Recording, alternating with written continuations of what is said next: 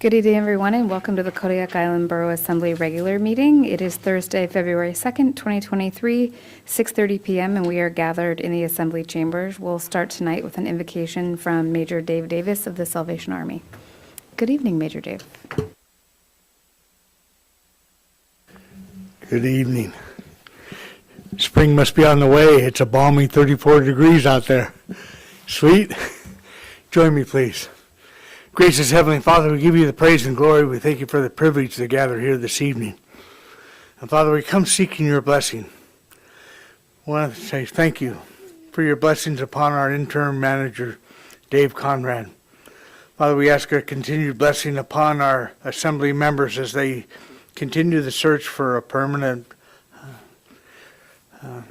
borough manager. And we ask your blessing upon all the candidates, and we ask your continued blessing upon each of our members of our assembly as they work through this process.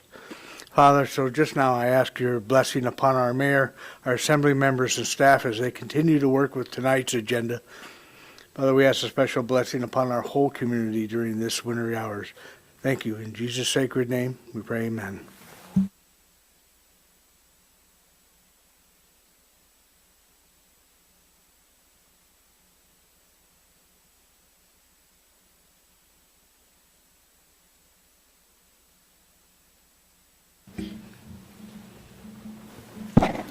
We are gathered on the traditional homeland of the Subiac-Alutiiq people, and we acknowledge the 10 tribes of the Kodiak-Alutiiq region.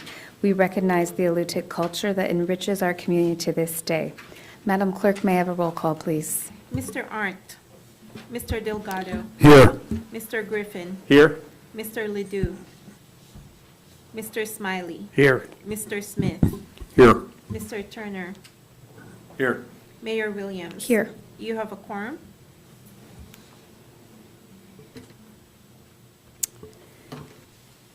Oh, see, there we go. Move to approve the agenda. Move to approve the agenda and consent agenda. Second. All in favor, please say aye. Aye. Anyone against, please say no. This will bring us to citizen comments. If you're here in the audience, if you would please sign in and state your name for the record up at the podium. If you'd like to call in, our local number is 907-486-3231, or you can use our toll-free number at 1-855-492-9202. If you're at the podium, please turn on the speaker or the microphone before speaking. Address all remarks to the assembly as a body and not to any single member thereof. And if you are going to call in tonight, please remember to turn off your listening device so we do not get feedback. Thank you. Hey there, everybody. My name's Court Neff, and I would like to start off by saying that the last time I commented, I mentioned the landfill possibly being closed to salvage rights because of COVID, and I mentioned that COVID wasn't around anymore. And I would like to clarify that because somebody came out and felt they needed to correct me on that, and I am aware that there is still people testing positive for COVID. What I did mean by that was, as far as it being an issue that needs to be addressed, I feel that that's not really necessary right now, but even the Biden administration this week said it's no longer an emergency. But a lot of people have been sick this year, and very sick, but I only know of 2 people that actually tested positive for COVID. Myself, I know a whole lot of people got real sick from other stuff, and even some people had to go to the hospital. So, not saying that I'm not trying to be putting anybody else down has a different view. That's my point of view on that. I just saw a Rasmussen poll just recently. I'm going to go on COVID here because I felt like somebody brought it up and felt they were concerned about it to me. So still thought it was an issue that needed to be addressed. So I was going to bring up some other facts. Don't have to agree, but I think it's something that was very interesting. Rasmussen poll just recently polled people and found out that they thought 28% of the people that they polled said they believed they knew somebody that had died from the vaccine. 6% of the people polled said that they believe they had a major side effect from the vaccine. Of all the people that were polled, 37% did say that they still thought it was a conspiracy theory, that the vaccines were an issue in that way. So the minority of people are still believing that the vaccines are totally safe and just let's get them. It's not the majority right now, according to that poll. Now, also, the statistics are out. Sweden, Florida did the same statistically, came out pretty much a wash as far as how they came out with deaths and illnesses as New York. There were comparable states. While I'm using that, when people bring that up. Florida did virtually nothing. Sweden, same thing, surrounding countries, no statistical difference, really notable difference between surrounding countries without doing any restrictions. So, how am I doing? Am I running out of time already? Yeah. Did I go over? Was just your 3-minute. Okay, can I just say a quick closing? Sure. So anyways, not put down anybody else has a different view, but I guess what I want to say is, let's respect everybody's point of view. I want to be there. I don't want to be putting anybody else down, and hopefully the rest of us can do that too, and not attack people as a human being, but let's just address and debate points for their validity. That's all I got. Thank you. Are there any other people here for public comment in the audience?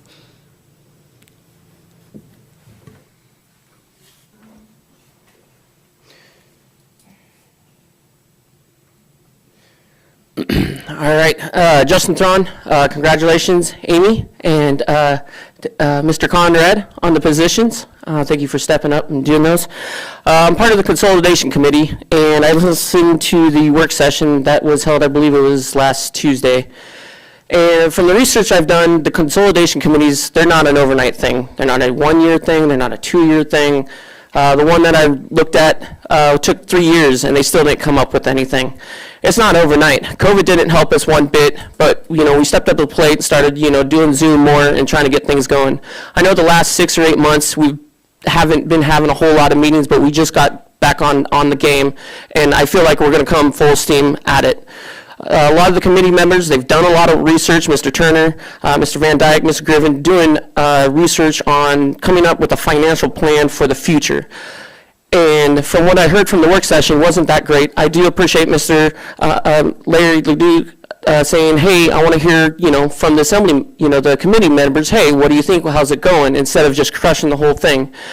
Taking that 4 to 5 years of the time we've put in there is a waste. The taxpayers said, hey, we want you to research it. We don't know if we're going to find out if it's going to save money or not. We're still trying to find out. However, it's looking like we could save money. I would really hate for the assembly to just squash it without us even finding out if it's going to save money and make things easier for the public. That's me as a committee member. I don't want to waste my time. I want to do the best job I can for the community. Now, as a taxpayer, when I first got here, it took me a little bit to figure out that there was 2 governments. I was like, why is there 2 governments for such a small island? Then I started figuring out, okay, one deals with, landfill, the road maintenance, one deals with ambulance, fire department, police, et cetera, those separate things. I was like, okay, cool. But then I got to thinking about it more. It's like, but then why do we have 2 HR managers? Why do we have 2 finance directors? Why do we have 2, a city manager and a borough manager? And I thought, to, I guess, look at it from the standpoint of, if you build a house, you're not going to hire 2 general contractors and then 2 contractors for plumbing, 2 contractors for electrical. You're going to hire 1 contractor, 1 plumbing contractor, 1 electrical contractor, and then have all your worker bees.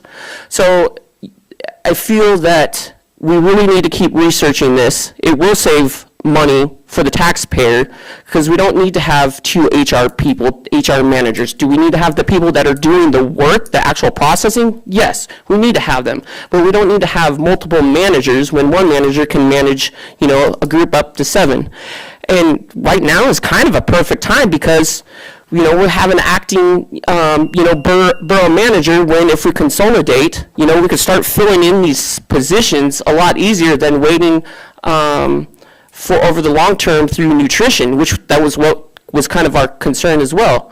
So I really hope that the assembly takes another look at this and gives us at least another year to keep going at it. And as the previous gentleman brought up, the salvage at the dump, I mean, money is tight. A 2x4 is not cheap. I would like to get a 2x4 to keep it out of our landfill so it stops filling our landfill and I don't have to pay $20 for a 2x4. So I'd really like if, we could open up the salvage again. Make people sign something that says that, the borough is not liable if they get hurt, just to help our public out. So thank you again. Thank you. Do we have anyone calling in tonight? Okay, thank you for your comments tonight. Next on the agenda is awards and presentations. We have a proclamation for U.S. Coast Guard Appreciation Day. It's from the Office of the Mayor of the Kodiak Island Borough declaring Coast Guard Appreciation Day, whereas the citizens of Kodiak wish to acknowledge and honor the men and women of the United States Coast Guard, and whereas members of the Coast Guard are our friends and neighbors who contribute their time and talents to the well-being of our community, and whereas we are deeply grateful to the men and women of the Coast Guard and their families for their sacrifices and devotion to duty, which preserve the safety of our fishermen and boating public. And whereas the Kodiak community will gather on February 3rd, 2023, to honor all members of the Coast Guard and their families. Now, therefore, I, Amy Williams, Mayor of the Kodiak Island Borough, do proclaim February 3rd, 2023 as Coast Guard Appreciation Day in Kodiak and urge citizens to recognize our Coast Guard community for their individual and collective efforts in making Kodiak and all the navigable waters of Kodiak a safer and better place to live, work, and play. To the men and women of the United States Coast Guard, we applaud you. Signed by me. Yay. Next on the agenda tonight is committee reports. Are there any assembly members who'd like to talk about what they've done in committees lately? Seeing none, we will move on to our borough manager report. Mr. Conrad? Yes, good evening and thank you. Couple of things. I've been asked to look into what we can gather information regarding recent events out at Alaska Aerospace and the spaceport. And staff has been doing that, and I will be putting together a letter to send to our state delegation, our representatives, to pose a few questions and see if we can't get a little bit of action, because there's a lot of concern on things detonating in the atmosphere and potential pollution and additional restrictions to the road. And it's probably not as dramatic as it is. I don't think we have that many people going out there in the winter. However, the same scenario in the summer where the road was closed for over a week in recognition of safety of the folks that would be transiting. But we're doing that research.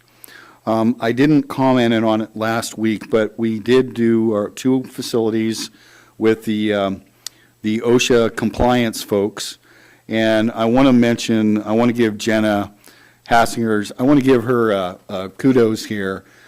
I think I saw a tear in the OSHA guys' eye when they looked at our SDS program and the fact that they could find this 3-4 different ways.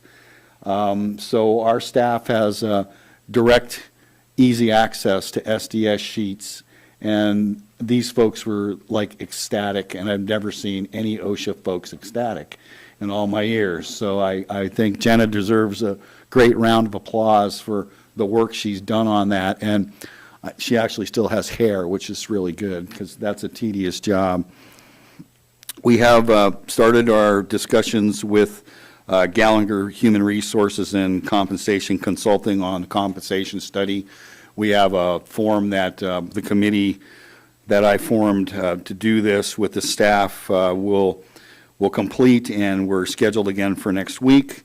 We're also in discussions with a human resources consultant, which is what was, I believe, the former director was, manager was requested to do. I'll bring up the lease for 717, and this is Egan Way, which is incorrect. It's actually Resinoff, East Resinoff. So the old mental health buildings, we ran into some requirements of the original lease, and consequently, we have canceled the RFP, withdrawn that, and we will not be awarding. I've had this conversation with the attorney, and we will be contacting the Department of Interior to gain some information as to whether those deed restrictions can be removed or not. I'm not going to comment on whether I think this will be a slow process or not. The other item from last week was the federal CIP, and you'll see that we have a version 2 prepared for you. We added the harbor that the city is asking for. We did not alter it any further, and this was after conversations with the mayor and deputy presiding officer at the latest agenda setting. And if anyone has questions on the rest of the report, I did include some information on the potential schedule for Otmaloy project to move forward. That was requested, and we can gain more specific information if anybody wants it. The junior engineer down there told me he will send it to me in project, which I haven't played for a while, but I know I can figure it out again. So if anybody wants more in-depth information. And also the Restoration Science and Engineering LLC report to the DEC. This is the initial report on what is going to be done out at the Alaska Aerospace Spaceport as far as looking at the potential environmental impacts. So thank you very much. Happy Groundhog Day. Thank you, Mr. Conrad. Messages from the Borough Mayor are very short tonight. Just wanted to recognize that there is Coast Guard Appreciation Dinner tomorrow night and thank the Kodiak Chamber of Commerce for hosting this event. I get a front row seat to how much work goes into those, and they're doing a great job getting ready for that. And I also wanted to say congratulations to Dave Conrad for recently passing over his 13-year anniversary at the Borough. So thank you for your service, Dave. That'll take us into new business and contracts. Our first contract tonight will be approval of the change order number 18 to contract number fiscal year 2019-10 with Jensen Yorba Wall Incorporated for the Peterson Elementary School HVAC and roof replacement project. Move to authorize the borough manager to execute change order number 18 to contract number FY 2019-10 with Jensen Yorba Wall Incorporated for the Peterson Elementary School HVAC and roof replacement project for an amount not to exceed $69,074. Second. Thank you. May we please get a staff report, Mr. Conrad? Next week, this contract is for services during construction. Our intent next week is to do a presentation to the assembly and notify you that we are going to be going out to bid for this project. But there's some other information that's required specific to what's on the table tonight. What I will say is the services during construction are mostly utilized at the front end of the bidding for questions by the various bidding contractors. And then if there are any requests for information during the actual project itself, this allows for the engineers and architects to consult on this. All of the folks involved with these contracts provide our billing at time and materials. So this is a projection. We may go under this, we may go over this. We hope to go under, which we have been. So that's what this is for. If there's any specific questions, I'm happy to answer those. Are there any questions from the assembly? Not seeing any. Madam Clerk, may we please have a roll call vote on the motion? Mr. Delgado. Yes. Mr. Griffin. Yes. Mr. Ledoux. Yes. Mr. Smiley. Yes. Mr. Smith. Yes. Mr. Turner. Yes. Would anyone like to change their vote? Motion passes 6-0. Moving on to resolutions tonight, our first resolution is number fiscal year 2023-20, establishing a health facilities advisory board. Move to adopt resolution number FY 2023-20. Second. Mr. Conrad, may we please have a staff report? Yes, thank you very much. I will read a very short portion of this. Health Facilities Advisory Board is established for the purpose of reviewing, evaluating, developing, and issuing criteria requirements used in the planning, designing, construction, operation, and maintenance of the Providence healthcare facilities in Kodiak. The reason we asked for this is, I've asked for this to be created is so that we have assembly members that are directly involved at an earlier stage for understanding for the development and look at the future of what medicine will look like. And I will also add, I will answer any questions if there are any associated with this, but also I would ask that the members being appointed, if I'd like to actually ask to have a meeting next Wednesday or Thursday when the architect is here to review some items that we've already developed. And if that's possible after the meeting, I would appreciate suggested times. Thank you very much. Are there any assembly member comments, Mr. Turner? I guess the only thing that I have is it in the term ends on page 2. It says annual appointments. So if somebody's up for re-election and do not win that election, do they still serve on the board after? So maybe that terminology may be needing changed. Sorry, Mr. Turner, what line are you referring to? Well, it's not in the resolution, it's in the page 2 on mine. Sorry, not page 2. Let's see, 1, 2, 3. On the last page, where the assembly members and where the 5 people on the board are listed. It says Madam annual Mayor. appointment. Madam Yes. Mayor, assembly members, you may want to look at lines 24 to 30 of the resolution, 24 to 29. So those lines say that subsequent appointees will be made during annual appointments of assembly members to different boards, committees, and commissions. So it looks like we'll reassign every year during that process. So it's at that time, Yes, not from the time that we vote this in. correct.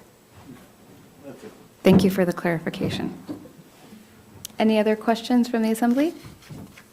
Madam Clerk, may we please have a roll call vote on the motion? Mr. Griffin, Yes. Mr. Ledoux, Yes. Mr. Smiley, Yes. Mr. Smith, Yes. Mr. Turner, Yes. Mr. Delgado. Yes. Would anyone like to change their vote? Motion passes 6-0. Our next resolution tonight is resolution number fiscal year 2023-21, identifying federal project and program priorities for fiscal year 2024. Move to adopt resolution number FY 2023-21. Second. Mr. Conrad, is there any staff report with this tonight? The only comment I would make is I believe that the resolution that's published is not the current one. Oh, wait a minute, sorry. We're looking at version 2, excuse me, and where the city, we added the city request for the reconstruction of the harbor, and I don't see that in this particular version that I'm in. We have, I believe I have emailed this out, and do you have copies in front of you right now? We can grab copies.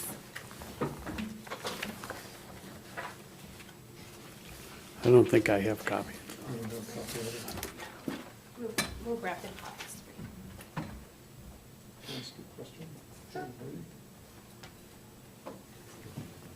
Mr. Ledoux, questions? Thank you. As I understand your comments earlier, the only change from the version we looked at before was the inclusion of a city project on it, so it hasn't changed other than that. And the other question is, during the last meeting, we talked about contacting our federal lobbyist to take a look at the list and see if it met the criteria that he defined during the joint city-borough meeting on the best chance of getting funded through this kind of project. So the federal lobbyist is who created the original list that you looked at. So that was based on his experience and what he felt for this particular stage, because we're so close to requiring to put this in, that those were the best projects for that. We contacted him after the fact and discussed the fact that we were going to add the hospital project and also the harbor project as the, paramount items, the premier items that both the borough and city were looking at. And if we want to look at altering the format of the list, I believe what I heard last week was that the preference would be that we have specific items on the list that perhaps would have a dollar amount attached to it, so that we're not dealing with the larger national concept, but rather we have a much more localized list. We heard that, and we believe that if that's the purview of what the assembly wants, then we can target that form of list next year. But at this 11th hour, we felt that just these two additions would be the best way to go. No, I appreciate that, but, looking at the political climate in DC and sort of a shift to more conservative budgeting that I think most people expect, and I don't disagree with anything on this list. That's not a problem. But it seems like, and at least I heard the lobbyists during the joint city meeting, there's not going to be large amounts of money. And as you said earlier, a lot of these, except our hospital and others, are very broad projects that, that they're going to happen anyway. I mean, we're just adding our voice to sort of a collective voice that these are important issues. But it seems like I wish we had some small projects, because we're really talking about earmarks here. And there's only a certain amount for earmarks that we could put in there that are specific, that would fit under those guidelines, especially with a much more conservative set of decision makers at this point in time. And even though I know we're at the very close to the end of the line, putting it off a year may be even a worse financial, decision. So, and I don't know what those small projects would be, whether it would be facilities or it may be retooling the road to Sultry Cove, something that we don't have the money for, but there may be money to do that, or some emergency. So that's my concern with it. I appreciate everything that you did. It's certainly not a concern, but I believe that we're not going to get if we get any of these, it'll just be a chance, but the actual earmarks that we want, I don't think we're going to get them until the following year. I just wish we had some projects that we could put on this list right now that we know of. And if you look at the list that we sent into the state, it seems there were some projects on that list that were more definable that we might be able to take a look at. So I've said enough, but that's my concern. Thank you. Scott? Well, I think since this list essentially came from our lobbyist, I think we ought to probably stick with it. I agree that it's good to have a variety of different fees or costs for projects so that if there's more money or less money, you can pick and choose. I think one of the existing projects is only $2 million. I think that's the Observer program, which is a relatively low budget cost for a federal project. Otherwise, I think adding these two Kodiak things at the top, I think is a good idea. Thank you, Mr. Smiley. Mr. Delgado? Yes, thank you. I too like this list. I did hear talking about having more narrow projects on here and kind of veering away from some of the broader ones. But one of the ones that I think that we should keep on there that affects our rural folks especially is the essential air service. And I just want to make sure that I'd like to keep that one on there, even though it is a broad one, it is needed. Thank you. Any other comments? Dave, I just have one quick question, and that's about, I'm happy to see the St. Herman Harbor Infrastructure Replacement Project. I'm surprised to see the $18 million price tag. That came directly from the deputy mayor, or manager, excuse me, from the city. Okay, I thought that that number would have been much higher. That came out of their brand spanking new report that Okay. was laying on her desk when I went in there, so. Great, thank you.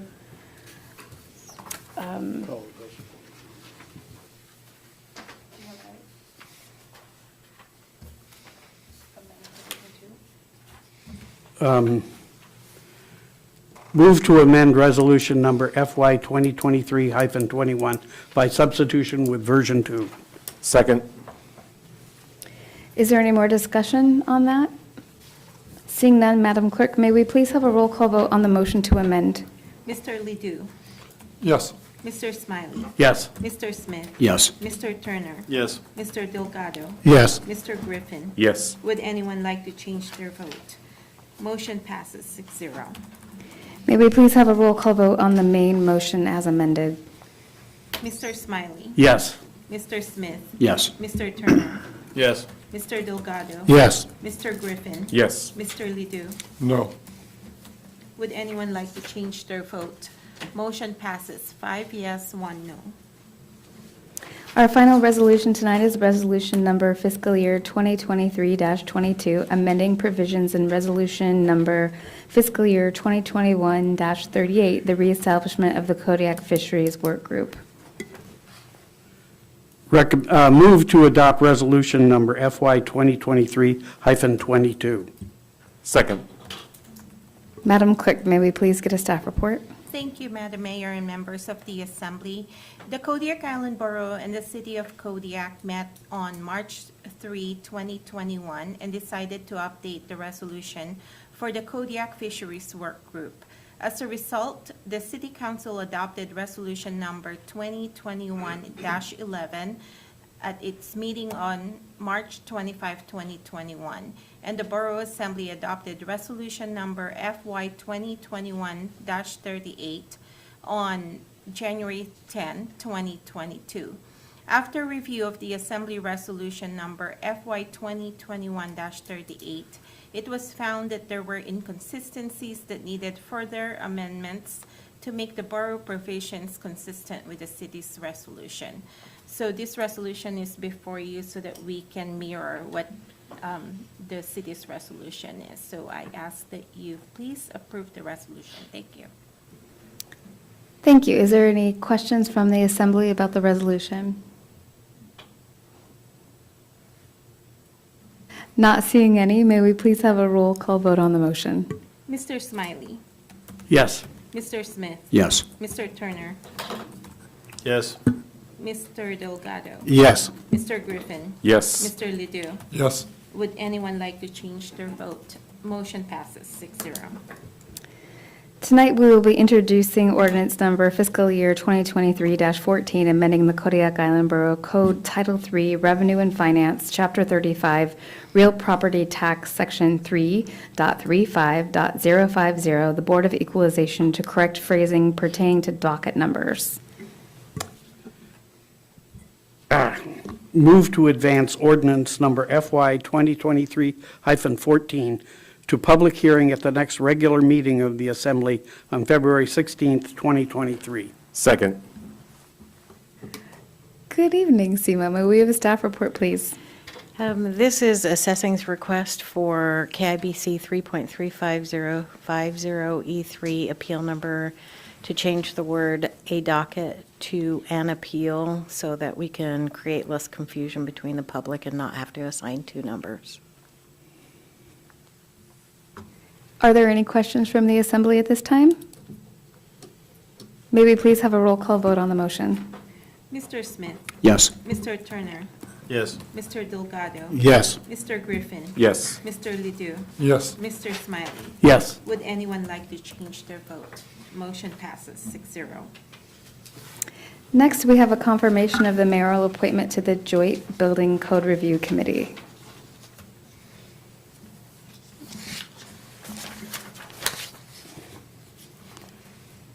Move to confirm the mayoral appointment of Mr. John Mellon to the Joint Building Code Review Committee Board seat for a term to expire December 2024. Second. Is there a staff report, Madam Clerk? Thank you, Madam Mayor and members of the Assembly. Building official Ted Hansen requested that the borough and the city start filling the vacant seats on the board. Necessary updates need to be made to the building codes. Mayor Williams reached out to the Architectural Review Board members for a volunteer to serve on the Joint Building Code Review Committee, and Mr. Mellon responded. The Joint Building Code Review Committee seats are appointed by the mayor and confirmed by the Assembly. The borough appointees, such as this one, are selected from the existing members of the Borough Architectural Review Board. Thank you. Are there any questions from the Assembly? Seeing none, may we please have a roll call vote on the motion? Mr. Turner, Yes. Mr. Delgado, Yes. Mr. Griffin, Yes. Mr. Ledoux, Yes. Mr. Smiley, Yes. Mr. Smith. Yes. Would anyone like to change their vote? Motion passes 6-0. Next is the approval of a letter of support for the application of the recertification of the Prince William Sound Regional Citizens Advisory Council. Move to approve the letter of support for the recertification of Prince William Sound Regional Citizens Advisory Council. Second. Thank you. I sit on the Prince William Sound Regional Citizens Advisory Council Board of Directors, and every third year they do what they call like a hard reset, and the other 2 years are a light reset. Every third year they get recertified by the Coast Guard to be the advisory council for Prince William Sound in accordance with the law that set up the council. This year, just like 3 years ago, we have written a letter that kind of outlines what they do, and you'll see it in your packet. And they are trying to get all their municipalities that are involved to write the letter, and so that's what you're seeing in front of you. Are there any questions about that letter tonight? Seeing none, may we please have a roll call vote on the motion? Mr. Delgado, Yes. Mr. Griffin, Yes. Mr. Ledoux, Yes. Mr. Smiley, Yes. Mr. Smith, Yes. Mr. Turner. Yes. Would anyone like to change their vote? Motion passes 6-0. That brings us back to citizen comments tonight. If you'd like to call in, our local phone number is 907-486-3231, or our toll-free number is 1-855-492-9202. If you're here and you'd like to speak and you step up to the podium, please sign in and then remember to state your name for the record and turn on the microphone before speaking. Please address all remarks to the Assembly as a body and not to any individual member thereof. And if you are calling in, please remember to turn off any listening device to prevent feedback.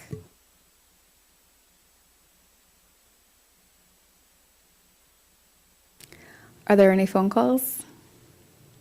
Seeing none and no other citizen comments, we will move on to Assembly member comments. Mr. Turner, any comments tonight? Shall we do it again? It is Groundhog's Day. Mr. Turner, any comments tonight? Oh, okay. No, thank you. Mr. Delgado? No comments tonight, thank you. Mr. Griffin? None for me. Mr. Smith? I heard at the beginning that it was a balmy 34 outside, but I do want folks to know that Puxatawny Phil did see a shadow today, and we are looking at 6 more weeks of winter, which might find us here in Kodiak this year, so just wishing everyone a happy Groundhog's Day. Mr. Ledoux? Just a couple of comments. I'm going back to the resolution that was just passed tonight, and it lists a number of projects that are very important to our community, and some of them are policy decisions.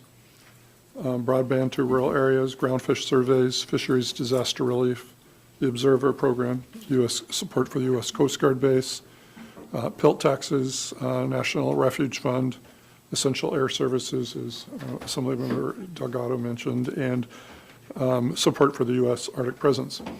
Now, we're setting this in for funding and support, but it seems to me that, and they are all important, that one of the things that we could do besides sending it in to our representatives is to create letters for each one of these of support and sending them to federal committees who are responsible in those areas, saying this is an important area that we're concerned with. They're not related to money. So just to put them in try to get them into a funding bill, just as saying that, we'd like these to happen. But if we really want to make a dent, then we have to get it to the right people. And our federal lobbyists should be saying, all right, who do we write a letter to provide support for the Coast Guard or for the PILT program, which is payment in lieu of taxes, or broadband, or groundfish surveys? I mean, it seems like if we really believe that, and the Assembly by vote tonight believes it, and I share that belief, then we should be taking an active role in expressing that opinion in some formal way, rather than just throwing it in, please, if you're developing a budget, give us money. It doesn't fit right.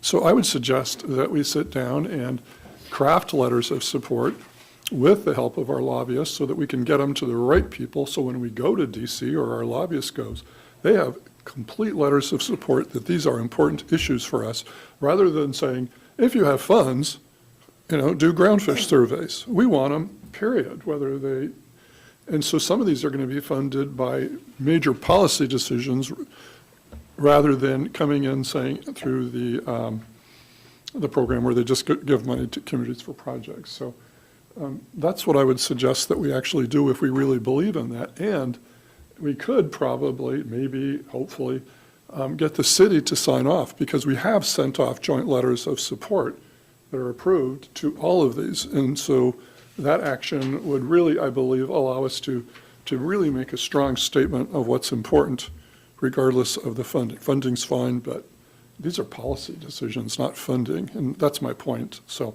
I would help craft some letters, although Dr. Smiley is an incredible author and types fast.